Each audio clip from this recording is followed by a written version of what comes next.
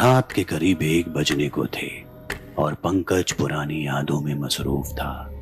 उसके हाथों की उंगलियों ने एक पुरानी स्कूल की किताब को जकड़ रखा था, जिसमें उसकी और उसके यार दोस्तों के बचपन की तस्वीरें थीं। लेकिन माथे पर परेशानियों की गहरी लकीरों की सही वजह तो कुछ और थी।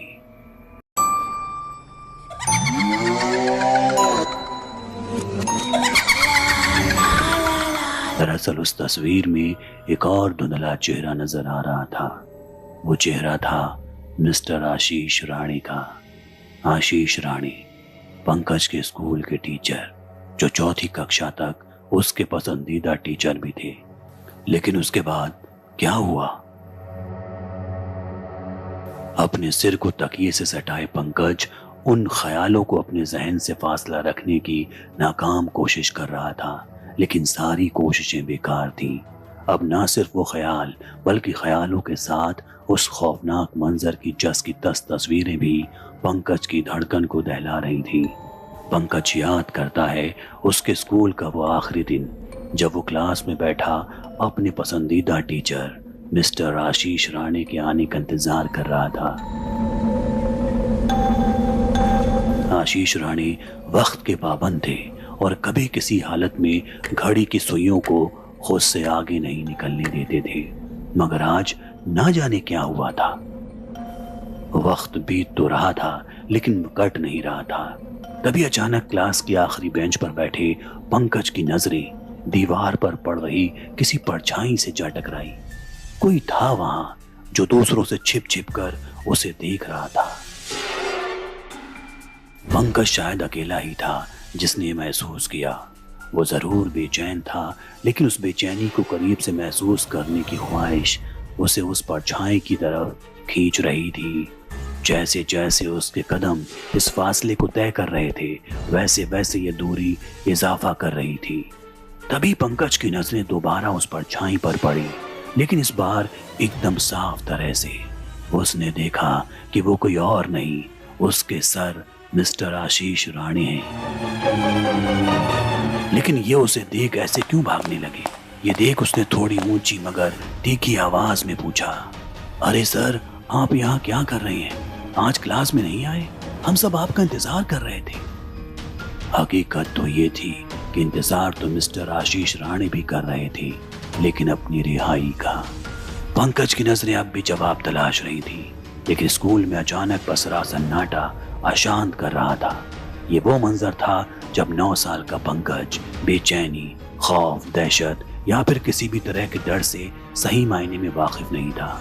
उसकी आंखों ने तो बस अंधेरा, बस रात में देखा था, लेकिन उसके एक सवाल ने मानो एक दिन को काली रात में बदल दिया हो। उसके जहन में गूंज रहे सवाल अब भी उसे बेचैन कर रहे थे। आखिर सर का इतना अजीब बर्ताव क्यों? क्या उसने कुछ गलत पूछ लिया था? इससे पहले कि उसे अपने सवालों के जवाब मिलते, उसकी नजरें दीवार पर टंगे एक बड़े से आईने से जा टकराई। उसने आईने में उसके चेहरे से टपकते पसीने को देखा, लेकिन वो अपने टीचर मिस्टर आशीष राणे को नहीं देख पाया। जो टीचर इस वक्त भी उसके सामने खड़े थे, वो आईने के अक्स से खुद को छिपाए थे। अब तक के पूरे वाकये में पहली बार पंकज को डर का असली मतलब समझ आया था। अभी आईने में वो अपने टीचर को तलाश ही रहा था कि उसके कान के बिल्कुल करीब से एक आवाज गुजरी। दहशत भरी इस आवाज ने पंकज को खौफ में ढकेल दिया। उसने होश संभाला और एक बारी हिम्मत करके अपने टीचर की तरफ नजरें घुमाई। इस वक्त उसकी आंखें जिस मंजर का दीदार कर रही थी, वो भयभीत कर देने वाला था। उसके सामने उसके टीचर का लटक कर झूलता चबड़ा था, आंखों से निकलता खून। ये एक ऐसा मंजर था जिसने पंकज को खौफ और घिन से वास्ता कराया। अपने जहन में सवाल लिए पंकज जिस टीचर का पीछा कर रहा था, अचानक वही टीचर उसके लिए एक बुरा और बहुत बुरी हकीकत साबित हुआ। पंकज के अंदर उस जगह पर ठहरने की अब और हिम्मत नहीं थी। वो फौरन अपने क्लास की तरफ भागने की कोशिश करने लगा, लेकिन तभी उसे अपने हाथ पर एक अजीबोगरीब ठंडक भरी चुभन हुई, जैसे कोई फटा कपड़ा उसकी चमड़ी पर रगड़ रहा हो। जब उसने पलट कर देखा तो टीचर के हाथ में पंकज का हाथ था जिसे उसने कसकर पकड़ रखा था। पंकज अपनी हथेली पर उसकी जकड़न को महसूस कर रहा था। वो अपने हाथ को छुड़ाना चाहता था लेकिन वो नाकाम रहा। खौफ के मारे उसकी आवाज हलक में कैद हो गई और उसकी जान जिस्म में। उसके डर से सिकुड़ा चेहरा उसे किश्तों की मौत दे रहा था। ना जानिए उसके साथ क्या हो रहा था। अचानक स्कूल की छुट्टी की बेल बजी और आसपास का सन्नाटा उस शोर शराबे के आगोश में कहीं गुम हो गया।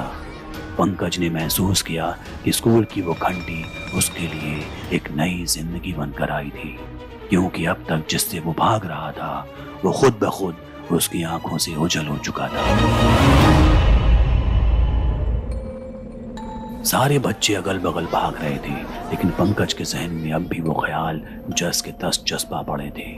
उसकी आंखों से आंसू निकल रहे थे। पंकज को बुरी तरह रोता देख पूरी क्लास उसके पास जमा हो गई। प्रिंसिपल ने जब इसका कारण जानना चाहा तो पंकज बस रोते लफ्जों से मिस्टर आशीष राणे का नाम लेता रहा। प्रिंसिपल फौरन से कमरे में लेकर गए, जहां उसने पंकज से बात कर तफसील से उसकी परेशानी को समझने की कोशिश की। पंकज ने अपनी हिम्मत बांधी और प्रिंसिपल को सारी बातें बता दी। प्रिंसिपल समझ गए कि पंकज का सामना दिन के उजाले में किसी भयानक ख्वाब से हुआ था। उसने उसे कई बार समझाया कि महज उसके मन का वहम था, लेकिन बावजूद इसके पंकज के ना मानने पर प्रिंसिपल ने पंकज को मिस्टर आशीष राणे से बात कराने का फैसला किया। उन्होंने अपने फोन से आशीष राणे को कई कॉल किए, लेकिन उसका कोई जवाब नहीं आया। यहाँ परेशान प्रिंसिपल ने मामले की पूरी सूचना पुलिस को दे दी, जिसके बाद पुलिस मौका मुआयना के लिए मिस्टर आशीष राणे के घर पहुंची, जहां गंभीर रूप से जख्मी हालत में उनका शव पंखे से लटका हुआ मिला। किसी ने रात में उनकी बेदर्दी से हत्या कर दी थी। इस खबर ने पूरे स्कूल को दहला कर रख दिया। खास तौर पर पंकज इस खबर से सबसे ज्यादा सदमे में था। अब यह साफ जाहिर था कि स्कूल में दहशतनाक हालत में मिस्टर आशीष राणे को देखना उसका कोई वहम नहीं, बल्कि एक अनसुलझी हकीकत थी। शायद आशीष राणे खुद पंकज के पास आए थे अपनी मौत की खबर सुनाने, ताकि चार दीवारी में कैद उनकी लाश को जल्द से जल्द आजाद किया जा सके। लेकिन आशीष राणे ने पंकज को ही क्यों चुना? इस सवाल के साथ पंकज ने वो स्कूल हमेशा हमेशा के लिए छोड़ दिया।